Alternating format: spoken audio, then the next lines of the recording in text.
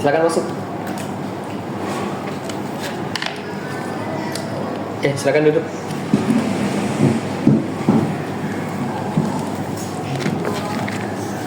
Oke, salaman dulu.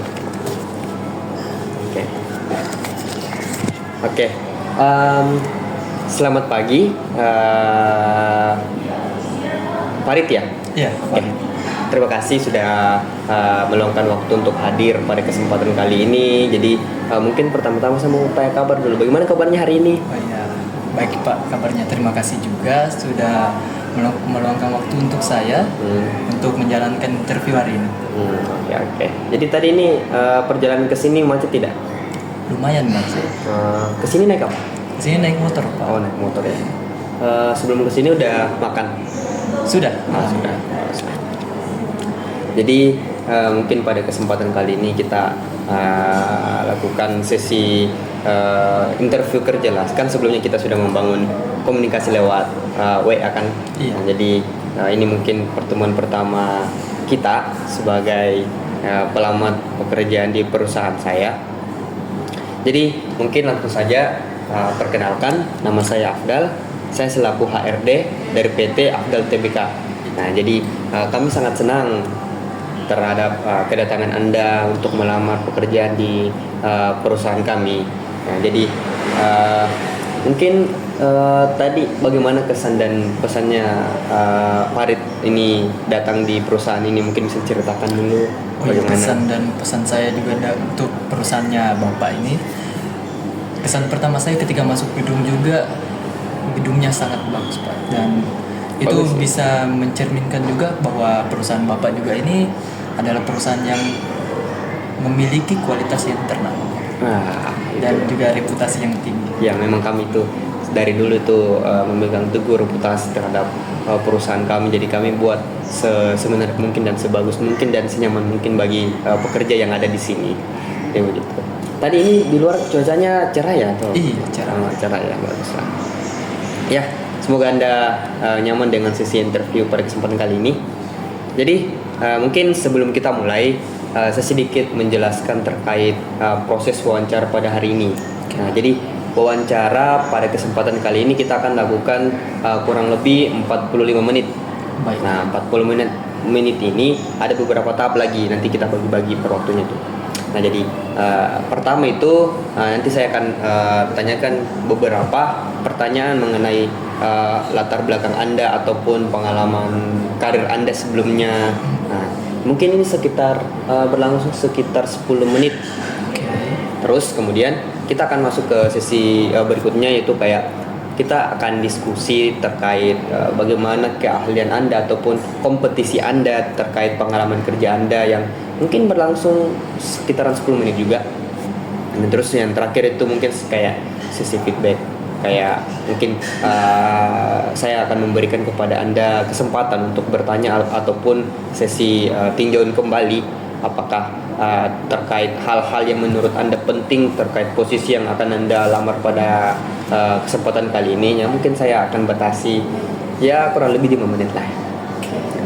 Jadi mungkin juga sebelum memulai, mungkin saya lebih akan kasih tahu kepada saudara Farid ini terkait bagaimana perusahaan ini, bagaimana latar belakang dari perusahaan ini. Nah, jadi terkait informasi tentang PT Afdal Tbk ini, itu dikenal memiliki reputasi yang cukup bagus lah pada industri kendaraan, dan kami juga ini kayak sangat fokus pada nilai perusahaan seperti inovasi, fokus, kerja tim ataupun kayak kerja bersama lah begitu dan lain-lain sebagainya.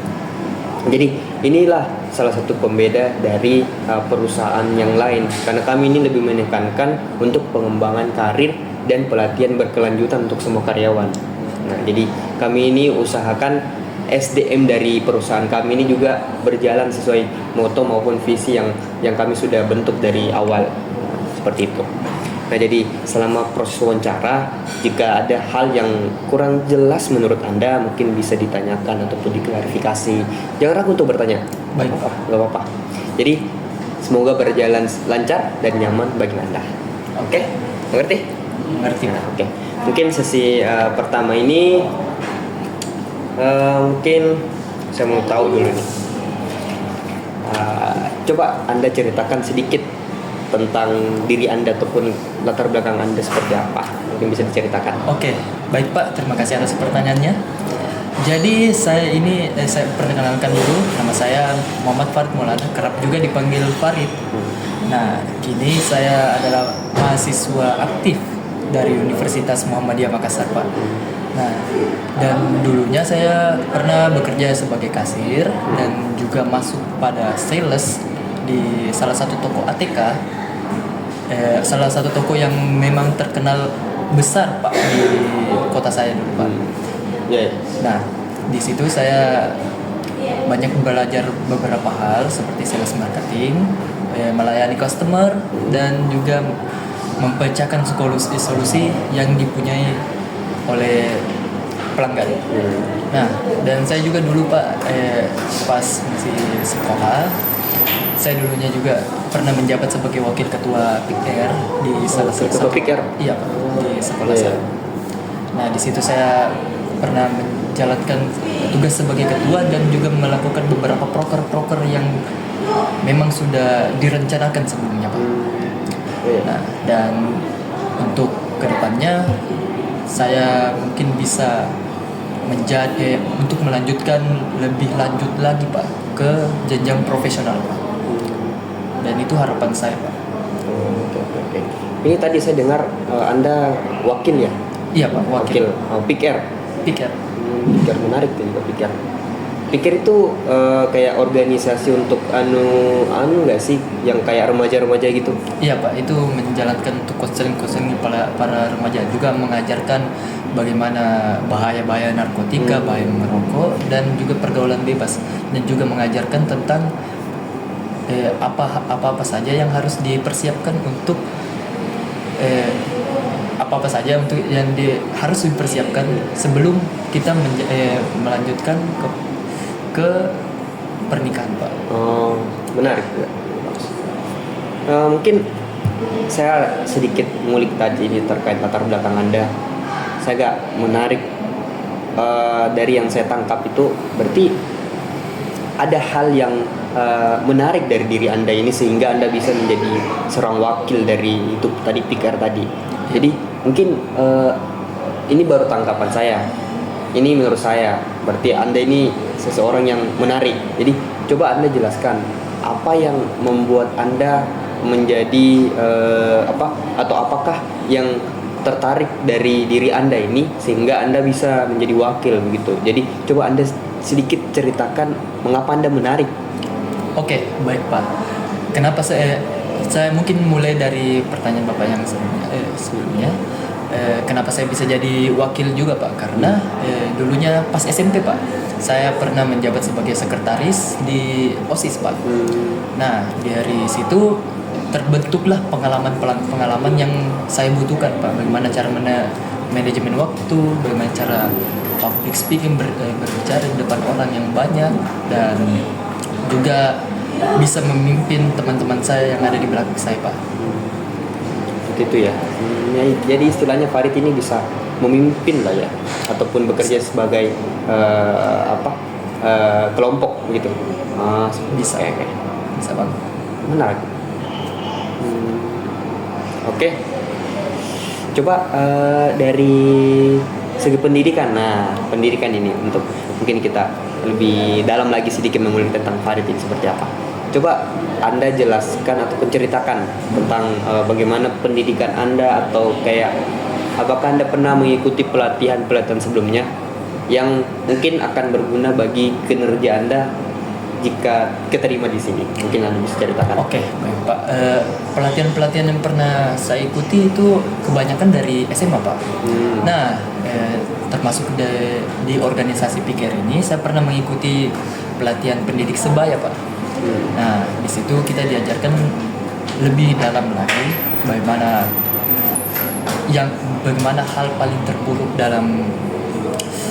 dunia pergaulan bebas Pak, dan juga bagaimana persiapan untuk pranikah. Dan juga pas SMA juga saya biasanya mengikuti webinar-webinar online Pak. Nah di webinar online biasanya pernah mengikuti yang paling saya ingat dan paling saya tangkap bahwa ini sangat penting Pak. Jadi webinar itu kayak Java dan IoT, Internet of Things. Nah di situ kita dijelaskan bagaimana kedepannya nanti ini AI yang bakal memiliki dampak bisa menggantikan pekerjaan manusia ke depannya Pak. Berarti ini dalam konteks digital ya? Iya, konteks digital Pak. Good. Bagus.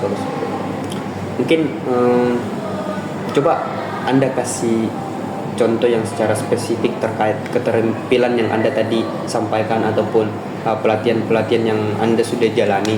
Coba Anda ceritakan apa sih yang membuat keterampilan yang Anda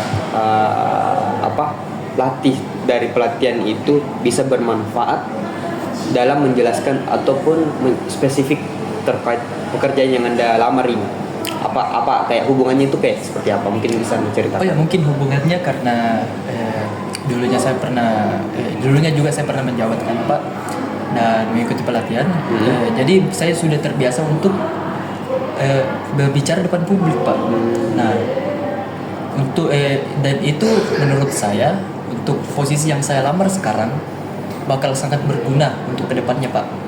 Nah kayak public speaking depan publik, berbicara dengan orang Pak, memberikan solusi dan juga melayani customer yang memiliki kesusahan Pak. Berarti Anda ini terbilang cukup terampil lah dalam menjelaskan terkait spesifikasi ataupun fitur-fitur yang pada mobil yang kami jual kepada pelanggan gitu. Saya cukup terampil Pak kalau misal soal mobil, karena saya memang dari kecil Pak saya sangat tertarik tentang mobil-mobil Pak. Good. Oke. Mungkin kan tadi Anda jelaskan itu terkait Anda pernah menjabat sebagai wakil kan? Itu kan Anda terbentuk dari situ untuk bisa membuat otomatis Anda bisa membuat sebuah tugas ataupun program kerja kan? Mungkin saya boleh tahu program kerja apa sih yang pernah Anda buat ataupun Anda tanggung jawabkan? Mungkin bisa Anda ceritakan. Oh ya, di masa SMA saya pernah menjalankan proker saya yang lumayan cukup besar Pak. Jadi kita tuh mengundang siswa-siswi dari sekolah-sekolah lain untuk mengikuti kegiatan yang dijalankan Pak. Jadi nama kegiatannya itu konselor pendidik sebaya. Di situ juga kita memberikan materi-materi kepada anak-anak yang masih dibilang cukup awam Pak. Dari situ kita mengajak siswa-siswa dari sekolah sesulbar Pak. Berarti saya rasa itu cukup besar ya? Iya, cukup besar. Bagus sih itu, menurut saya itu sangat-sangat wow banget sih. Mungkin dari program kerja yang Anda lakukan tadi itu kan cukup besar dan melibatkan masa yang cukup banyak lah. Ya. Kelompok lah, kita bisa lihat bilang kelompok. Coba Anda berikan contoh bagaimana keterampilan dari program kerja itu dapat membantu Anda untuk memberikan informasi kepada pelanggan secara tepat waktu ataupun akurat. Kan Anda ini melamar di posisi sales mobil. Ya. Jadi bagaimana caranya, karena Anda melakukan program kerja tadi itu, apakah bisa bermanfaat di posisi yang Anda lamar? Coba. Oke. Kemungkinan kalau misal dari ide saya Pak, karena saya melamar jadi sales dan pekerjaan sales biasanya cuman yang saya tahu cuma membagi-bagikan brosur. Nah, mungkin saya bisa bikin lebih menarik, Pak. Mungkin kita akan membuat event kecil-kecilan, tidak juga besar. Nah, dan itu di event tersebut mungkin bisa kita jalani di event-event yang ada yang bisa dibilang cukup ramai, Pak, di daerah-daerah kita. Nah, dari situ mungkin di situ bisa meningkatkan juga popularitas dari ininya, Pak, perusahaannya. Nah, mungkin dari situ kita juga bisa menarik beberapa pelanggan dan juga membuat nama perusahaannya lebih meluas. Berarti ini adaptasi dari program kerja yang Anda lakukan. Iya. Mau Anda menjalankan di sini. Bagus. Terkait manajemen waktu ataupun problem solving ataupun pemecahan masalah. Ini menurut Anda, ketika Anda dihadapkan pada situasi yang saya tadi sebutkan terkait manajemen waktu ataupun pemecahan masalah, itu bagaimana Anda menggunakan keterampilan dari pendidikan Anda sebelumnya untuk memanajemen waktu ataupun pemecahan masalah?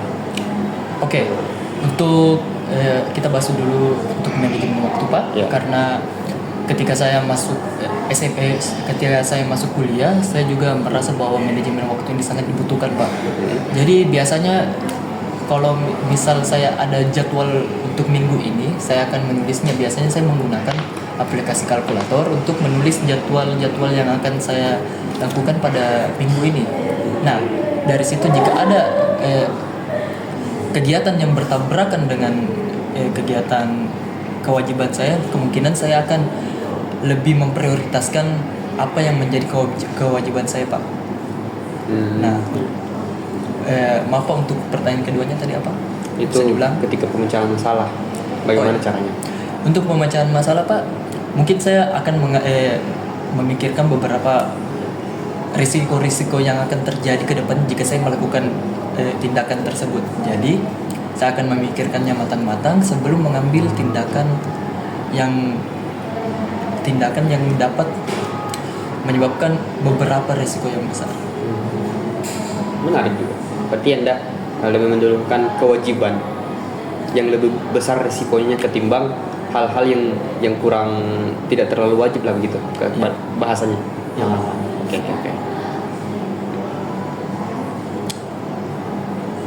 Nah, mungkin apa sih hasil yang Anda capai dengan menerapkan pengetahuan dari pendidikan yang Anda tadi sebut itu terhadap pekerjaan sebelumnya? Kan Anda tadi mengatakan bahwa pernah menjadi sales di toko ATK. Nah, itu bagaimana terkait hal yang Anda sudah capai pada pendidikan sebelumnya itu wakil pick up terhadap pekerjaan Anda sebelumnya, itu bagaimana Anda cara mengatasinya? Coba bisa diulang, Pak? Bagaimana Anda menerapkan pengetahuan di saat Anda menjabat menjadi wakil ketua PR terhadap pekerjaan Anda sebelumnya?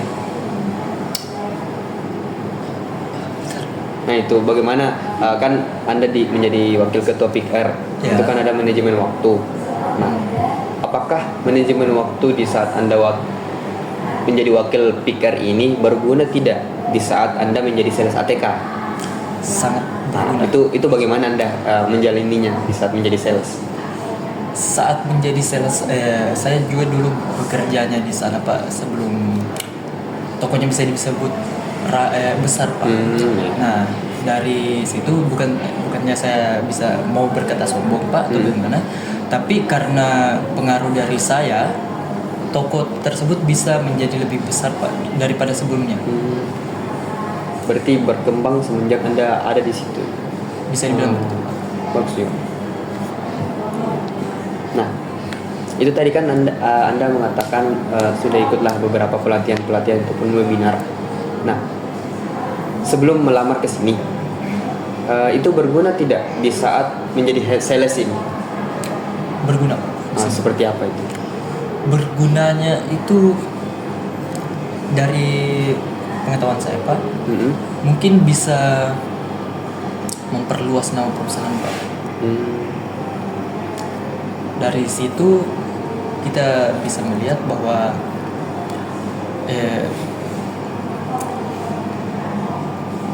perusahaan Cukup bisa terkenal lah dengan Iya, cukup. pelatihan-pelatihan yang Anda lakukan ataupun webinar gitu ya. Iya. Oke. Nah, ini kita coba lebih kulit lagi lebih dalam terkait pengalaman kerja. Nah, coba Anda sedikit jelaskan ataupun berikan alasan terkait pengalaman Anda yang sebelumnya menjadi sales, lalu Anda mendaftar di perusahaan kami sebagai sales mobil. Coba Anda ceritakan kenapa Anda yang dulunya sales mau menjadi sales mobil. Oke, karena dulunya saya alasan saya juga keluar dari pekerjaan saya sebelumnya, Pak. Karena saya diharuskan untuk merantau ke Makassar, Pak. Untuk kuliah juga, Pak. Nah, alasan saya juga untuk berpindah ke sales mobil ini karena dari dulu saya sebenarnya sangat suka dengan otomotif, Pak. Jadi menurut saya ini adalah bidang yang sangat cocok bagi diri saya sendiri dan juga dan juga kesempatan bagi saya untuk lebih memperbaiki jenjang karir saya, Pak. Dan juga mungkin bisa dibilang saya bisa belajar lebih baik untuk dan berkembang lebih besar lagi tentang posisi yang saya akan lamar, Pak. Iya.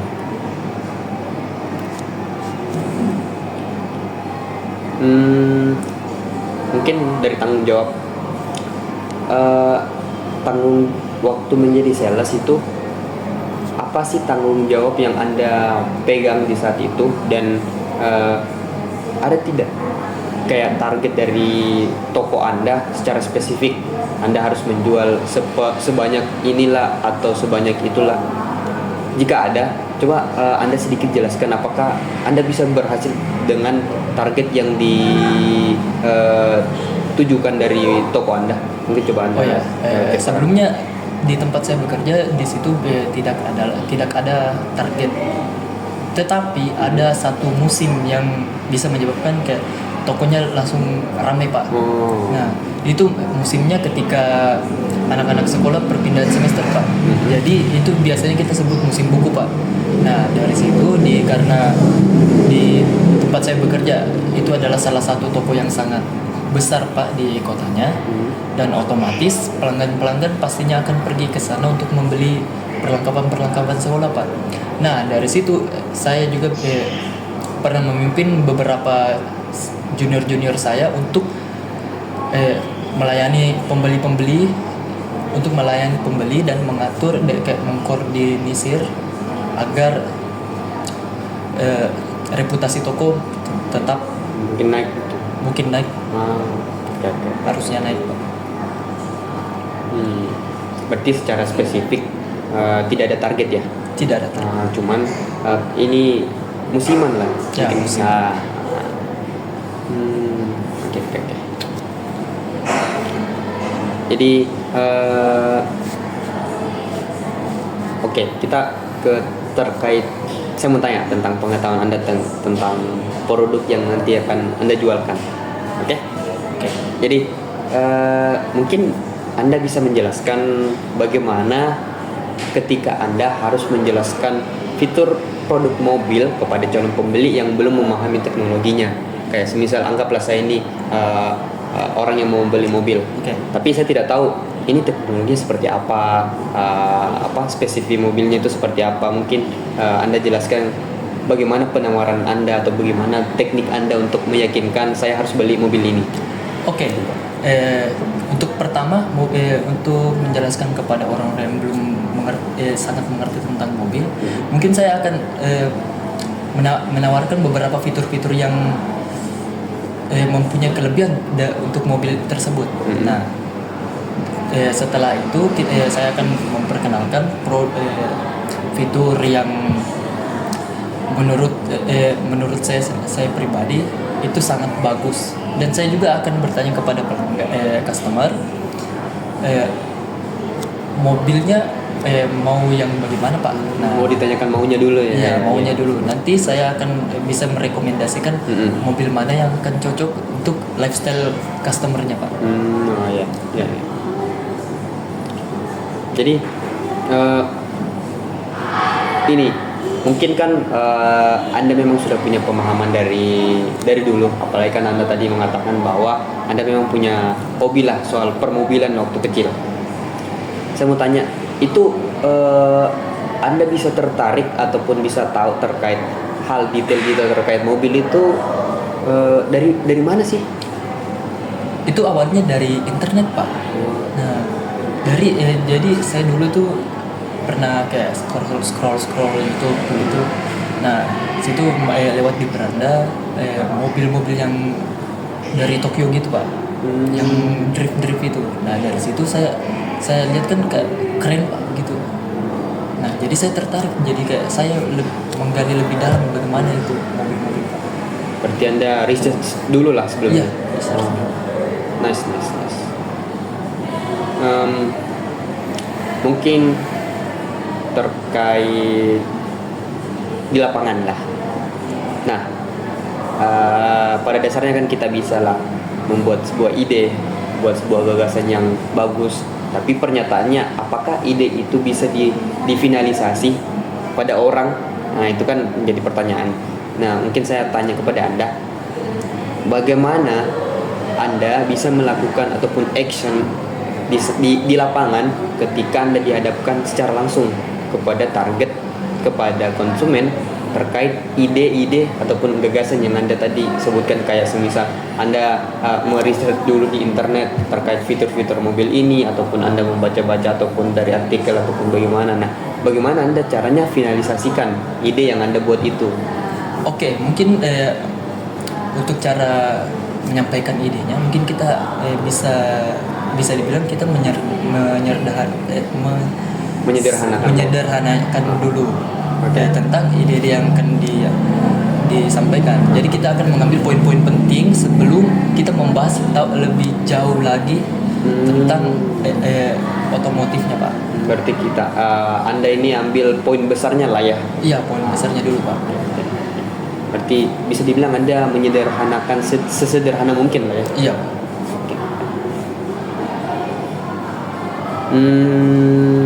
Nah, terkait hasil ya, itu kan tadi Anda sudah finalisasikan. Nah, menurut Anda ataupun kira-kira apa hasil dari Anda yang menggunakan pemahaman Anda untuk memengaruhi proses pengambilan keputusan pelanggan dalam pembelian mobil? Oke. Coba Anda ceritakan. Karena saya sangat percaya diri dengan skill yang saya miliki Pak. Jadi menurut saya mungkin bisa bisa dengan mudah tersampaikan kepada customer Pak. Bisa terjual lah gitu. Bisa terjual Pak. Saya yakin dengan skill yang saya miliki Pak. Good. Soal pengetahuan Anda ini cukup menarik juga sih. Oke. Dari segi inovasi penjualan lah ya. Oke, bagaimana saya mau tahu bagaimana inovasi Anda tentang penjualan? Coba Anda berikan contoh pada saat Anda mengambil inisiatif untuk memulai strategi baru dalam mempromosikan mobil, ataupun apakah Anda punya strategi khusus dalam mempromosikan mobil? Oke, saya punya salah satu strategi khusus. Jadi sebenarnya saya ini Pak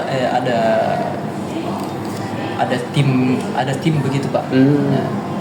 Terkait dengan otomotif. Oh, iya. Nah, mungkin lebih jelasnya Pak, saya mungkin akan mempromosikannya terlebih dahulu kepada tim saya Pak. Okay. Karena tim saya lebih mengerti Pak tentang dunia otomotif, dan setelah itu saya mungkin akan meminta tolong kepada tim saya untuk men-share, mempromosikan untuk membantu mempromosikan produk-produk yang akan kita jual Pak. Oh, berarti Anda ini punya strategi menjual mobil pada customer yang memang perlu mobil Iya. ataupun yang punya pemahaman tentang mobil, jadi Anda lebih mudah lah untuk menawarkan. Iya. Oke. Menarik juga sih. Oke. Nah, pertanyaannya itu kenapa ataupun apa yang menjadi tujuan utama terkait strategi yang Anda barusan katakan tadi itu? Kenapa harus seperti itu? Apa sih tujuan yang ingin Anda raih? Apakah mau penjualannya semakin drastis karena Anda sasari itu memang target pasarnya atau bagaimana? Nah, poin pertama Pak, pastinya akan tujuan pertamanya pastinya akan membuat penjualan pasti drastis Pak. Nah, untuk poin kedua, kita sebagai sales tidak akan menawarkan produk kita untuk orang yang orang yang memang tidak paham memang gitu. bukan tidak paham Pak, tetapi untuk orang yang tidak membutuhkan produk kita, gitu Pak. Kita mungkin akan lebih mempromosikannya untuk orang yang memang butuh produk yang akan kita jual. Oke.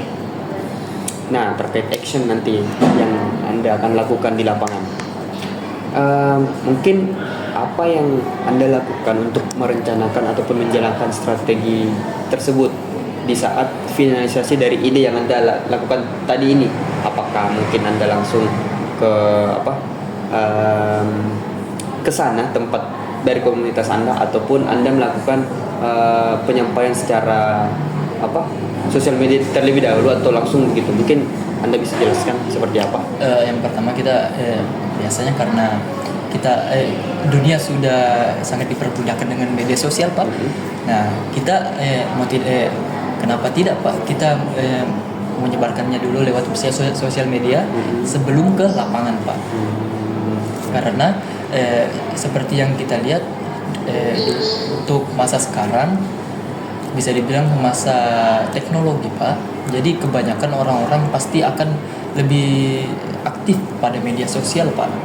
Jadi langkah terbaiknya mungkin kita menyebarkannya dulu lewat media sosial Pak. Berarti pintu awal untuk membuka komunikasi itu menurut Anda lebih cocok di sosial media? Lebih cocok di sosial media. Oke. Nah, pasti dong ada yang namanya dampak. Nah, apa dampak dari inisiatif yang Anda lakukan itu pada penjualan ataupun interaksi dengan pelanggan? Apakah naik atau justru malah turun? Menurut Anda itu bagaimana? Untuk dampak Pak, mungkin dampak paling besarnya itu adalah penjualan menurun Pak. Karena bisa dibilang produk yang kita jual memang mempunyai harga yang sangat tinggi, jadi memungkinkan tidak semua orang bisa membelinya kan, membeli produk yang kita jual Pak. Jadi mungkin dampak buruknya itu kita tidak mencapai target Pak. Gitu Pak. Nah, saya coba mau tahu nih bagaimana pemecahan masalah Anda ketika Anda dihadapkan sebuah problem. Nah, mungkin sebelum masuk ke situ, saya mau tahu nih, apakah Anda pernah mengalami permasalahan dalam hidup Anda ataupun bagaimana? Nah, jadi saya cuma mau tahu, apakah Anda bisa survive, apakah Anda bisa berhasil ketika Anda dihadapkan pada masalah besar dalam pekerjaan Anda dulu sebagai sales tadi ini? Mungkin bisa diceritakan seperti apa? Mungkin pernah ada satu kejadian Pak, untuk dari pengalaman saya yang sebelumnya, itu biasanya setiap customer kan mempunyai sikap yang sangat berbeda sebenarnya. Nah, dari situ saya pernah mendapat customer yang memang bisa dibilang orangnya cukup awam dan sangat tidak ingin kalau misal dia dikalahkan begitu Pak. Jadi cara saya untuk menghadapinya Pak, saya tetap menghadapinya dengan tenang, dengan ramah, dan memberikan arahan kepada customernya untuk memahami apa yang sebenarnya terjadi Pak. Berarti tetap Anda mengutamakan kesabaran. Iya Pak, karena itu bisa, kalau misal tidak sabar Pak, itu bisa membuat reputasinya menurun Pak. Jadi Jadi lebih mengutamakan kesabaran. Oke. Nah, ini terkait analisis kebutuhan. Bagaimana Anda harus menganalisis kebutuhan dari pelanggan ataupun bagaimana Anda memecahkan masalah terkait anggaran atau referensi dari customer yang mau membeli mobil untuk memutuskan membeli mobil. Jadi kayak ini Anda bagaimana caranya merekapitulasi dana yang customer punya ketika dia mau beli mobil. Misal customer ini mau beli mobil seharga 400 juta sementara uangnya itu pas-pasan lah. Nah, bagaimana teknik Anda dalam mengatasi terkait anggaran dari customer Anda yang mau beli mobil tadi ini? Nah, mungkin bagaimana keputusan Anda? Nah, sebelumnya saya mau bertanya Pak, apakah di perusahaan Bapak mempunyai sistem kredit atau cicilan Pak? Ya, punya dua-duanya. Nah, dari situ kita bisa menawarkan pada program tersebut Pak. Nah, jika memang customernya kurang, dananya kurang atau tidak bisa membayar langsung dengan harganya Pak, mungkin kita bisa menawarkan program cicilan Pak atau kredit Pak. Nah, Oke. Nah, timbul masalah nih. Masalah apa yang pernah muncul saat Anda bekerja dan perlu Anda selesaikan? Seperti apa? Mungkin masalah sama rekan kerja mungkin? kalau soal dengan rekan kerja pastinya pernah ada Pak. Karena menurut saya manusia tidak butuh dengan sifat keirian Pak. Nah, jadi dengan cara saya mengatasi sifat tersebut dengan rekan kerja saya tetap menjalaninya dengan sabar Pak, tidak meladeni dengan kemarahan juga Pak. Jadi saya tetap mengandalkan kesabaran saya Pak. Nah, itu tadi kan Anda juga mengatakan solusinya. Nah, bagaimana hasil dari solusi yang Anda lakukan tadi itu? Apakah masalah itu tidak terulang kembali atau bagaimana? Coba Anda jelaskan lagi. Nah, dari hal yang pernah saya lakukan, hal yang terjadi ya orang tersebut berhenti juga Pak untuk mencaci maki saya. Karena bisa dibilang ada peribahasa yang mengatakan Pak, kalau misal api tetap dibiarkan pasti akan hilang juga. Berarti reda lah ya, Ya, berhenti. reda lah. Nah, berarti saya bilang ini Anda berhasil lah menyelesaikan masalah itu.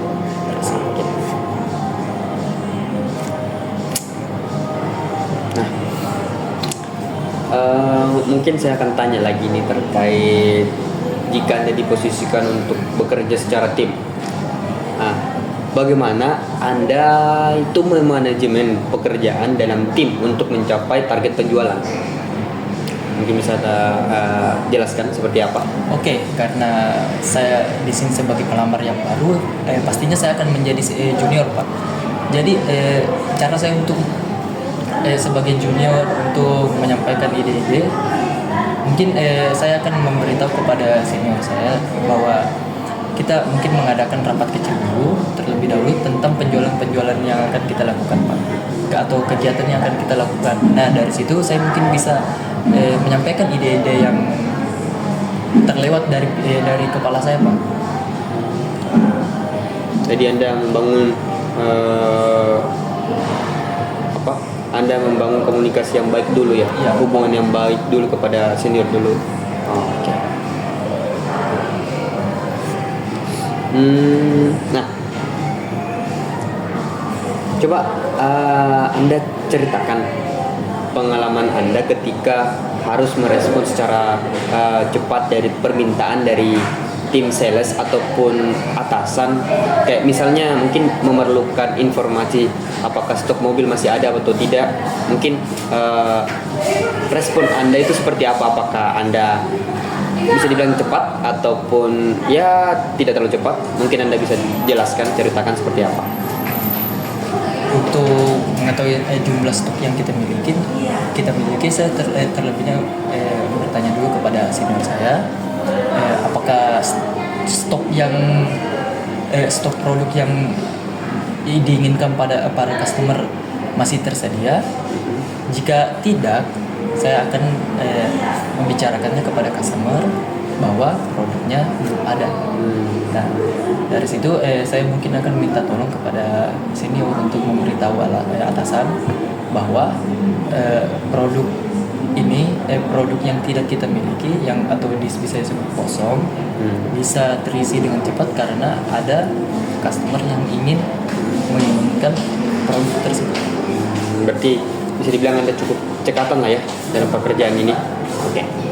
Nah, kira-kira apa tanggung jawab Anda dalam tim yang akan kalaupun misal Anda keterima di sini, apa tanggung jawab yang akan Anda lakukan?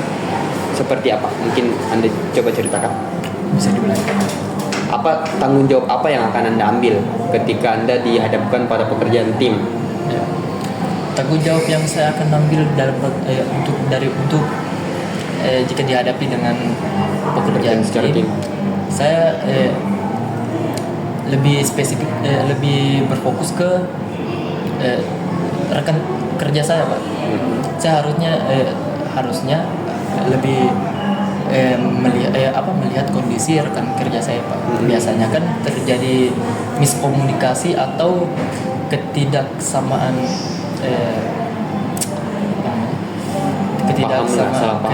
kesalahpahaman dan ketidaksamaan pendapat, Pak. Jadi mungkin saya akan mentoleransi beberapa pendapat rekan kerja saya, Pak, terlebih dahulu sebelum melakukan tindakan yang saya inginkan, Pak. Nah, ini terkait kontribusi lagi. Kira-kira kontribusi apa yang Anda ambil guna Anda ini bisa mencapai target dari perusahaan? Seperti apa kontribusi yang Anda ingin lakukan? Apakah menyumbang ide saja ataupun Anda menyumbang ide sekaligus memfinalisasi dari ide yang Anda lakukan tadi itu seperti apa? Kalau menurut saya jika cuma menyumbang ide, Pak, itu sepertinya kurang. Jadi mungkin saya akan mengusahakan sedikit demi sedikit, Pak, bahwa agar ide saya bisa terjalankan, Pak. Jika memang tidak bisa jika memang ide saya tidak bisa dilakukan secara tim, mungkin saya akan berusaha untuk melakukannya secara individu, Pak. Dengan cara sedikit demi sedikit, Pak. Oke. Nah, ini coba saya sedikit membuat Anda lebih berpikir. Bagaimana ketika target penjualan itu tidak tercapai? Nah, itu kan permasalahan. Nah, apakah Anda punya jalan keluar ataupun solusi daripada penjualan yang tidak mencapai target? Oke, pertama-tama yang harus kita lakukan adalah menganalisis kenapa penjualannya tidak bisa mencapai target, Pak. Nah, mungkin saya akan membicarakannya kepada rekan-rekan kerja, Pak, dan membicarakannya dengan baik bahwa apa yang menjadi akar permasalahan dari penjualan yang tidak mencapai target, Pak. Gitu, Pak. Dan di situ mungkin saya dan rekan-rekan kerja saya bisa berdiskusi dan mencari solusi apa saja yang harus dilakukan, Pak. Gitu. Nah, ketika sudah terjadi proses seperti itu, apakah ada dampak bagi tim ataupun perusahaan? Apakah tim ini karena Anda mengatakan berkomunikasi menjadi tim Anda ini semakin solid ataupun seperti apa? Kemungkinan terburuknya mungkin dari fisik, Pak. Mungkin kalau karena bisa dibilang rekan-rekan kerja juga pasti sudah bekerja keras untuk mencapai target.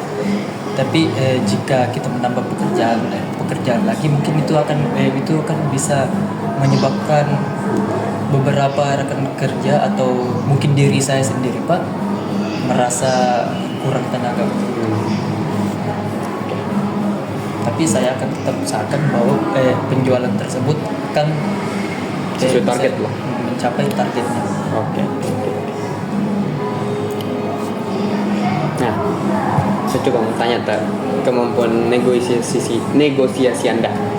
Coba Anda ceritakan tentang situasi ketika Anda harus melakukan sebuah negosiasi sulit dengan pelanggan agar tetap terjadi penjualan. Seperti apa itu? Kalau misalkan Anda dihadapkan pada customer yang keras kepala, customer yang awam lah ya. Nah, Ya. bagaimana strategi Anda untuk menghadapi customer seperti ini? Untuk strateginya Pak, mungkin jika terjadi negosiasi bersama customer, saya mungkin akan memberitahu, menanyakan terlebih dahulu kepada customer berapa harga yang dia inginkan Pak. Jika harganya melebihi dari SOP untuk perusahaan Pak, mungkin saya akan menurunkannya sedikit Pak. Jika memang perusahaan Bapak punya target sampai berapa penurunan harga untuk untuk produk tersebut Pak. Nah, saya akan berusaha agar produknya terjual tidak lebih rendah daripada SOP yang diberikan kepada perusahaan Pak. Berarti secara teori harusnya bisa terjual dong, karena kita sudah menurunkan harga sesuai dari SOP begitu. Oke. Nah, bagaimana? Kan menurut saya gaya dalam berkomunikasi Anda ini cukup telaten lah ya. Iya. Nah, gaya komunikasi Anda yang cukup telaten ini bagaimana Anda bisa terapkan ketika berinteraksi dengan klien yang berbeda-beda? Anggaplah ada klien yang agak keras, ada juga klien yang lebih humanis, lebih lemah lah ya. Nah, bagaimana gaya komunikasi Anda ini akan mempengaruhi perbedaan karakteristik dari klien ini? Nah, pertama-tama jika saya ketemu dengan klien yang kayak sangat tegas atau mungkin keras lah ya. sensitif, saya terlebih dahulu menganalisis dari cara dia bicara terlebih dahulu Pak. Nah, jika sudah saya analisis, mungkin saya akan terapkan bagaimana agar klien tersebut atau customer tersebut bisa merasa nyaman untuk tetap berada di perusahaan kita. Tetap berada maksudnya agar tidak pergi sebelum mendapatkan apa yang dia inginkan. Berarti Anda tetap bisa memahami ataupun bisa menghadapi lah ya. Oke. Nah,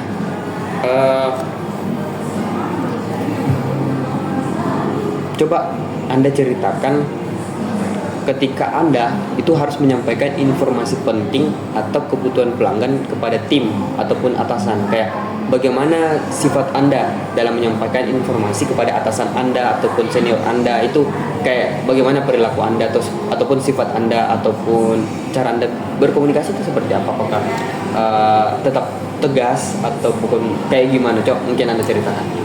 Kalau misal soal keinginan customer atau klien, saya mungkin membicarakannya terlebih dahulu Pak dengan senior.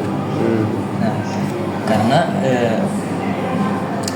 bisa bilang saya masih terlalu jauh untuk berbicara dengan atasan. Mungkin saya akan membicarakannya dengan lebih baik kepada senior saya terlebih dahulu Pak, dan meminta tolong kepada senior untuk membicarakannya kepada atasan Pak, bahwa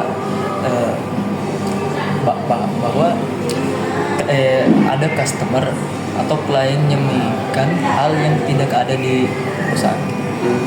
Berarti Anda dibilang tetaplah bernegosiasi secara telaten lah ya. Iya. Oke. Nah, kira-kira kalau langkah-langkah yang Anda gunakan tadi, Anda lakukan itu berhasil. Nah, menurut Anda bagaimana hasil akhirnya ketika langkah-langkah yang Anda gunakan ini berhasil lah? Terus bagaimana dampaknya terhadap penjualan ataupun hubungan dengan pelanggan? Apakah lebih membaik ataupun bagaimana?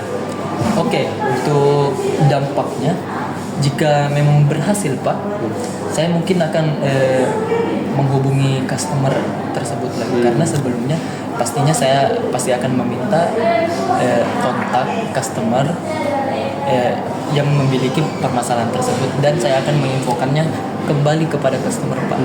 Nah, Berarti mungkin- Anda ini membangun hubungan dulu, terus melakukan tinjauan kembali lagi kepada customer, Benar. lalu finalisasikan. Iya benar. Oke.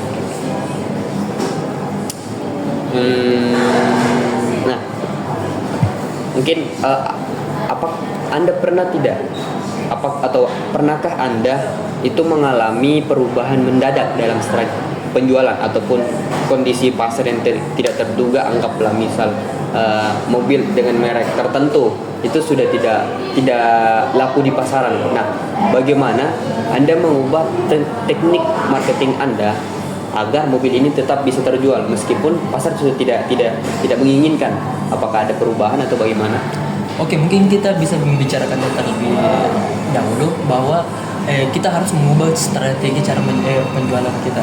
Pastinya kalau misal produk ini sudah ada di perusahaan dan tiba-tiba pasar untuk produk ini tidak laku atau menurun Pak, mungkin kita terlebih dahulu mengubah bagaimana agar mobil ini kembali laku ke pasaran Pak, gitu Pak. Mungkin bisa menurunkan harganya sedikit demi sedikit atau memberi clickbait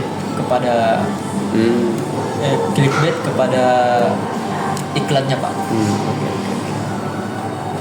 Nah, jika kondisi seperti itu, menurut Anda tantangan apa sih yang besar sekali ketika Anda dihadapkan pada situasi tersebut?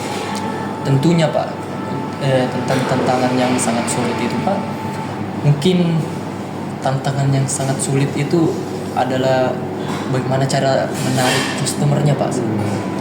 Bagaimana cara menarik kembali pasar untuk produk tersebut Pak. Itu mungkin adalah salah satu tantangan, dan jika berhasil itu mungkin akan membuat perusahaan juga senang Pak. Oh, berarti hasilnya nanti itu membuat perusahaan menjadi naik lah ya? Lebih naik. Oke. Karena bisa dibilang kalau misal sudah turun pada pasarnya, jika jika perusahaan kita bisa menaikkannya, otomatis juga nama perusahaan kita bisa naik juga Pak. Coba Anda berikan contoh ketika Anda ini menghadapi perubahan aturan ataupun kebijakan saat kerja di kantor, ataupun atau begini, waktu Anda kerja menjadi sales itu, apakah ada perubahan aturan ataupun aturan kerja di perusahaan yang Anda tempati itu? Seperti apa contohnya? Mungkin pernah ada Pak. Contohnya itu seperti kita tiba-tiba lembur gitu Pak. Dan pastinya saya pas masih kerja di saya juga masih sekolah, dan besok paginya saya ada sekolah pagi Pak. Nah, dari situ kalau misal tiba-tiba ada lembur, saya biasanya langsung bertanya mendiskusikannya kepada atasan Pak, bahwa saya mempunyai sekolah agar atasannya bisa memahami diri saya sendiri Pak. Karena sebelumnya saya mengatakan bahwa kewajiban saya akan saya prioritaskan Pak. Kewajiban saya sebagai siswa untuk belajar mengikuti sekolah akan saya prioritaskan. Berarti tantangan terbesar yang Anda hadapi ketika dipertemukan dengan perubahan aturan seperti itu seperti apa? Tantangan besarnya itu? Mungkin dari manajemen waktu lagi Pak. Nah, kira-kira menurut Anda apa yang perlu Anda lakukan untuk memahami dan mengikuti prosedur tersebut? Mungkin seperti apa? Bagaimana Anda memahami? Oke, untuk memahaminya saya menganalisis dulu apa apa saya yang sedang terjadi Pak. Jika memang tidak memungkinkan, saya akan tetap berusaha bahwa saya akan tetap berusaha untuk mengikuti perubahan tersebut. Berarti Anda tetap memotivasi diri Anda untuk tetap bisa memastikan tetap mengikuti prosedur begitu. Iya. Oke. Nah, apa hasil dari yang Anda lakukan itu? Apakah adaptasi Anda itu lebih cepat atau bagaimana? Oke, karena saya adalah pribadi yang cepat beradaptasi Pak.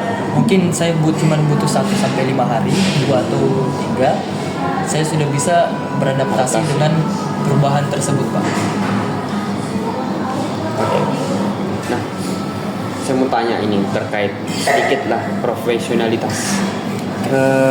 Apakah Anda pernah memiliki keterampilan ataupun pengalaman terkait pelayanan secara profesional sebelumnya? Nah, untuk itu saya belum ada Pak. Nah, karena saya juga pribadi adalah fresh graduate, belum ada pengalaman untuk di bidang-bidang profesional Pak.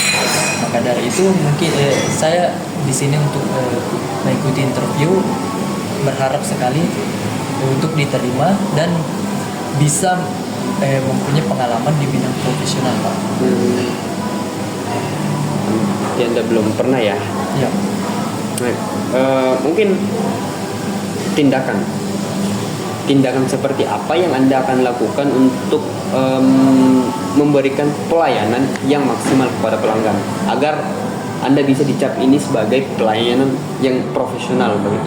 Oke, mungkin kalau misal dari pengetahuan saya sebelumnya Pak, saya mungkin akan menyapa customer terlebih dahulu Pak dengan ramah Pak. Menyapanya dengan ramah, bertanya kepada customer apa saja yang dibutuhkannya Pak, apakah ada yang perlu dibantu atau bagaimana, dan jika customer sudah menjawab, saya akan memberikannya solusi atau saya akan memberikannya pelayanan yang menurut saya terbaik Pak. Begitu Pak. Nah, jadi mungkin terakhir ini dengan Anda memberikan tadi cara untuk menjadi lebih profesional yang Anda tadi katakan, hasil apa yang akan Anda capai dari pelayanan yang Anda tadi sebutkan itu kepada pelanggan, ataupun bagaimana hasil tersebut berdampak bagi kepuasan pelanggan serta penjualan dari perusahaan? Oke, untuk hasilnya Pak, jika kita melayani customer dengan ramah begitu atau bagaimana Pak, nah bisa dibilang bukan cuma untuk diri saya sendiri Pak, untuk perusahaan juga Pak, mungkin itu namanya sudah bakal bisa dibilang akan naik Pak, karena customer pastinya akan memberikan rating kepada perusahaan kita bahwa perusahaan tersebut sangat ramah dan bisa memberi solusi-solusi apa saja yang dibutuhkan Pak. Nah, Oke, saya mengerti. Oke, jadi ini juga sudah akhir dari interview pada kesempatan kali ini. Jadi saya cukup mengerti terkait, dan saya juga cukup puas dari penjelasan terkait jawaban yang Anda berikan kepada saya melalui pertanyaan-pertanyaan tadi saya berikan. Saya jujur lumayan puas dengan hasil jawaban Anda, dan saya harapkan sesuai dengan permintaan Anda bisa diterima di posisi yang Anda lamar pada kesempatan ini. Saya juga memberikan agar bisa lebih memotivasi diri Anda untuk bisa lebih berpikir positif lah ke depannya, agar kiranya Anda bisa diterima pada kesempatan kali ini pada posisi yang Anda lamar. Jadi saya terima kasih atas penjelasannya. Jadi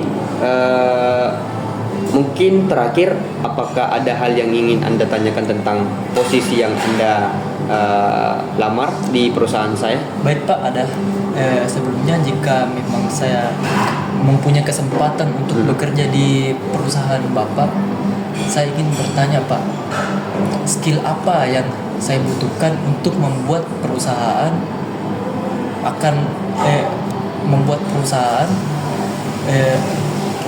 bisa lebih meningkat begitu? Bisa tidak menyesal untuk memilih saya sebagai salesnya Pak. Sebetulnya cukup sedikit, cuman lebih agak kompleks karena dari perusahaan kami itu menekankan pada SDM daripada pekerjanya. Jadi kami ini tidak semena-mena untuk memilih karyawan dan ataupun menerima karyawan dengan alasan beribu-ribu alasan. Jadi yang paling berkompeten daripada apa yang kami butuhkan itu yang pertama itu sudah jelas public speaking, dan kalaupun bisa double bahasa lah ya, bahasa Inggris ataupun bahasa Indonesia itu sangat dianjurkan lah di perusahaan kami. Terus juga kemampuan dalam negosiasi, terus juga kemampuan daripada problem solving, dan juga daripada adaptasi ketika dihadapkan pada situasi yang tidak kondisional ketika bekerja, dan terakhir mampu bekerja secara tim. Nah, jadi kami juga itu tidak terlalu suka pada kriteria orang yang terlalu banyak memilih-milih lah ya.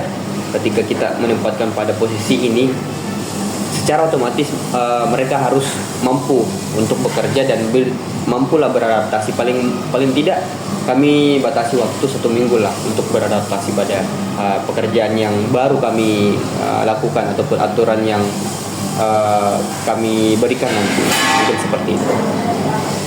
Oke, jadi mungkin terima kasih atas waktu ataupun partisipasi Anda pada hari ini. Mungkin di lain pertemuan kami akan mengunjungi Anda dalam waktu sekurang 1 minggu dari hari inilah ya. Nah, jadi untuk memberitahukan hasil wawancara. Nah, jadi jika Anda ada pertanyaan nanti bisa hubungilah, nanti saya kasih kontak saya. Jadi mungkin seperti itu interview kerja pada kesempatan kali ini. Pada hari ini saya ucapkan terima kasih dan saya ucapkan permohonan maaf apabila ada kata-kata yang menyakiti hati Anda. Saya ucapkan terima kasih. Selamat. Nanti kami akan memberitahu hasilnya. Assalamualaikum warahmatullahi wabarakatuh. Oke, waalaikumsalam. Kasih juga. Makasih banyak Pak.